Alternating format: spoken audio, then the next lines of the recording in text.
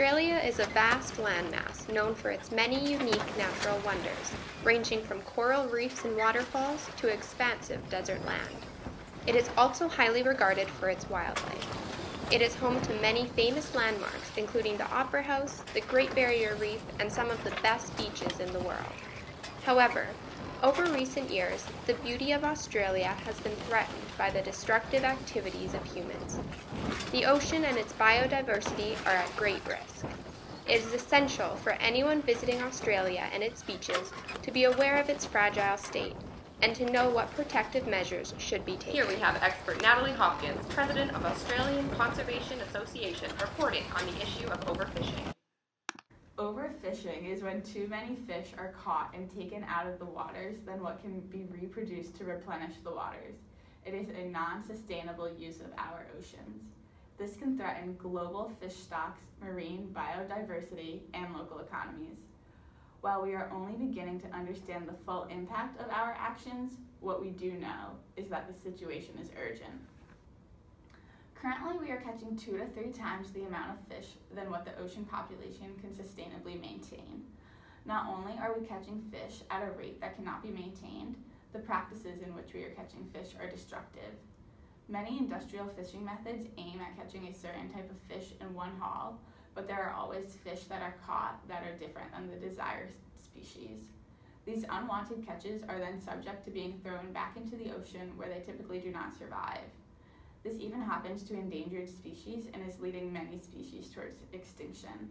It is estimated that 27 million tons of marine life are killed every year because it is unwanted, including turtles, dolphins, and sharks. By killing these species through industrial fishing methods, we are depleting the ecosystems of our ocean. Overfishing is a problem for numerous reasons. The Earth cannot sustain our current practices. Currently, 25% of the world's fish stocks are either depleted or overexploited, and 52% are in imminent danger of overexploitation. That's close to 80% of the world's fish stock currently suffering from overfishing. When this happens to an ecosystem, it suffers and faces collapse.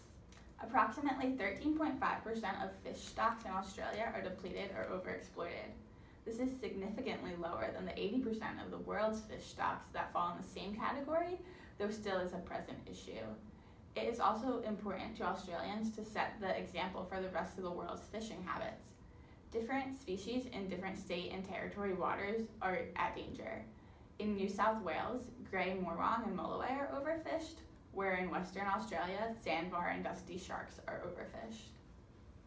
Fisheries in Australia can be managed by 8 different jurisdictions. The Commonwealth Government manages fisheries from around 3 nautical miles out to the edge of Australia's ocean realm, and the state or the territory governments manage fisheries from the shoreline out to 3 nautical miles.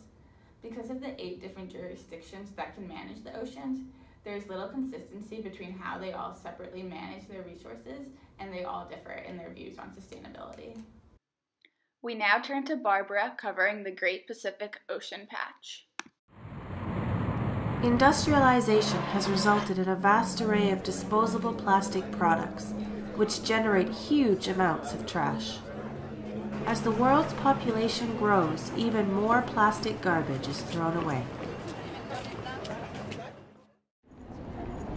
The Great Pacific Garbage Patch is the result of commodities consumption. It's a giant floating dumpster in the Pacific Ocean that contains nearly 3.5 million tons of trash. The Pacific Patch is actually 2 distinct areas: the Western Pacific Garbage Patch, located between Hawaii and Japan, and the Eastern Pacific Garbage Patch, which floats between Hawaii and California. 80% of debris in the Great Patch comes from land. The rest comes from recreational boaters and large cargo ships, which drop about 10,000 steel containers of garbage into the sea each year. 90% of this trash is plastic. Plastic bags, packaging material, bottles, and fishing nets, to name just a few. 70% of these plastics sink to the bottom of the ocean or to just below the surface. The rest floats and eventually washes up on our shores.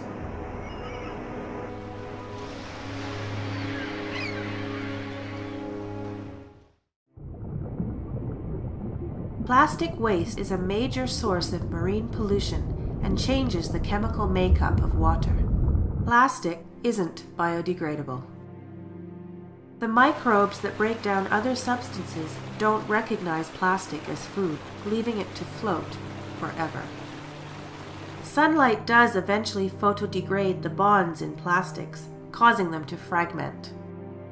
Unfortunately, this plastic debris is often mistaken for food by marine animals. Albatross are frequently found with stomachs full of plastic. Plastic bags have been found blocking the breathing passages and stomachs of many marine species. Abandoned fishing nets and six-pack bottle rings entangle animals. Reporting live on the topic of the Great Barrier Reef is oceanographer Kleininger. Some of the biggest threats to the Great Barrier Reef are due to human activities. This includes the millions of visitors that visit the reef each year. Tourism has a substantial impact on the health of the reef. Things like reef walking, dropped anchors, and even the runoff from sunscreen all have a negative impact. Overfishing is also a big concern. Many of the marine species are protected by law, however, not all are. Fishing for these permitted species often leads to unintentionally capturing the protected species as well. Another threat caused by humans is the mass amount of boat traffic across the reef. Obviously, this causes high amounts of pollution. As well, boat collisions disrupt the ocean and its many inhabitants, as they leave behind objects that last for extended periods of time. Oil spills are a great issue as well. The latest oil spill occurred in 2010, and it is estimated that the reef will need between 10 and 20 years before it recovers just from this one occurrence. There are a couple of naturally occurring threats to the Great Barrier Reef as well. A starfish known as crown of thorns feeds off of coral. When there's a high density of crown of thorns, the coral often cannot recover quickly enough to survive. Another one of the greatest concerns to the reef right now is coral bleaching. Coral bleaching occurs due to the increase in water temperatures. The coral loses its color and begins to starve. Shortly after, if the water temperature does not return to normal, the coral dies. Currently, there are shipping restrictions in place to protect the Great Barrier Reef. There is a specified shipping lane for cargo boats. However, as demonstrated by the oil spill that occurred in 2010, this is not a perfect solution in preventing boat wrecks and oil spillage. The Australian government has also doubled the amount of funding to control the crown of thorns outbreaks. As well, there is a Reef 2050 long-term sustainability plan that the government is abiding by to help ensure the reef is not destroyed. There are many actions that still need to be taken if the Great Barrier Reef is to recover and survive long-term. The Australian government needs to strive for renewable energy sources. This would reduce shipment of coal and oil across the reef, as well as substantially reduce pollution and increasing temperatures worldwide. They also need to implement tighter fishing controls to stop the Great Barrier Reef's food chain from being disturbed. Stronger measures to reduce emissions and climate change is needed as well in order to stop coral bleaching. Leave no trace is a set of principles that should be followed anytime you are interacting with nature. It is a way to minimize your impact on wildlife and the environment when you are exploring the outdoors. Number 1. Plan ahead and prepare. Research any regulations for the area you are visiting. Be prepared for extreme weather. Number 2. Travel and camp on durable surfaces. Do not alter any sites when you are traveling or camping. Use established sites, such as rock, dry grass, or snow. Number 3. Dispose of waste properly. Clean up your campsite before you leave.